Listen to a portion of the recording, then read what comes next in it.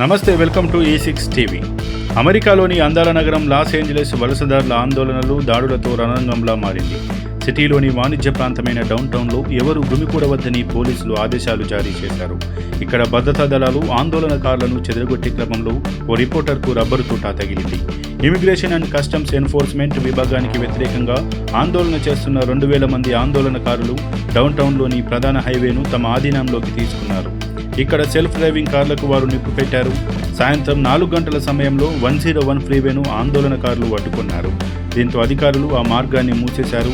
ఆందోళనకారులు పోలీసులపై రకరకాల వస్తువులు విసిరి దాడికి యత్నించారు. చాలా పోలీసు వాహనాలు తగలబెట్టారు. పసిఫిక్ సముద్రం పక్క నుంచి ఈ మార్గం దాదాపు 1,500 మైళ్లు ప్రయాణిస్తుంది.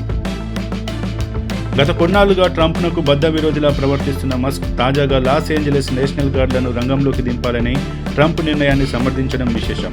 ఈ మేరకు ఎక్స్ వేదికగా పోస్టులు పెట్టాడు. కాలిఫోర్నియా గవర్నర్, లాస్ ఏంజలస్ మేయర్లు ప్రజలకు క్షమాపణలు చెప్పాలని ట్రంప్ చేసిన పోస్టు స్క్రీన్ షాట్ను షేర్ చేశాడు. దీంతో పాటు జేడీ వాన్స్ పోస్టులను కూడా రీపోస్ట్ చేశాడు. లాస్ ఏంజలస్లో మాస్కుల్లో ఉన్న ఆందోళనకారులను అరెస్టు చేయాలని ట్రంప్ ఆదేశాలు జారీ చేశారు.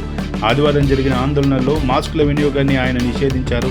అమెరికా అధ్యక్షుడు ట్రంప్, లాస్ ఏంజలస్ స్థానిక నాయకత్వం మధ్య ఘర్షణ కూడా పెరుగుతోంది. తాజాగా ఆ నగర మేయర్ కరెన్ బాస్ మాట్లాడుతూ శాంతియుతంగా ఆందోళనలు జరగాలన్నారు. ఇక ట్రంప్ వ్యవహార శైలిని తప్పుపట్టారు.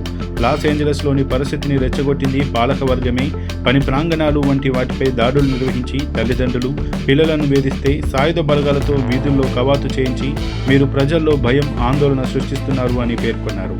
ఈ నగరంలో ఆందోళనలు అణచివేయాలని 2,000 మంది నేషనల్ గార్డ్స్ను ట్రంప్ కార్యవర్గం సిద్ధం చేసింది. ఇప్పటికే 300 మంది ఆ నగరానికి చేరుకున్నారు. ఒకప్పుడు అమెరికాలో గొప్ప నగరమైన లాస్ ఏంజలస్ను అక్రమ వలసదారులు, క్రిమినల్స్ ఆక్రమించుకున్నారు అని సోషల్ మీడియాలో విరుచుకుపడ్డారు.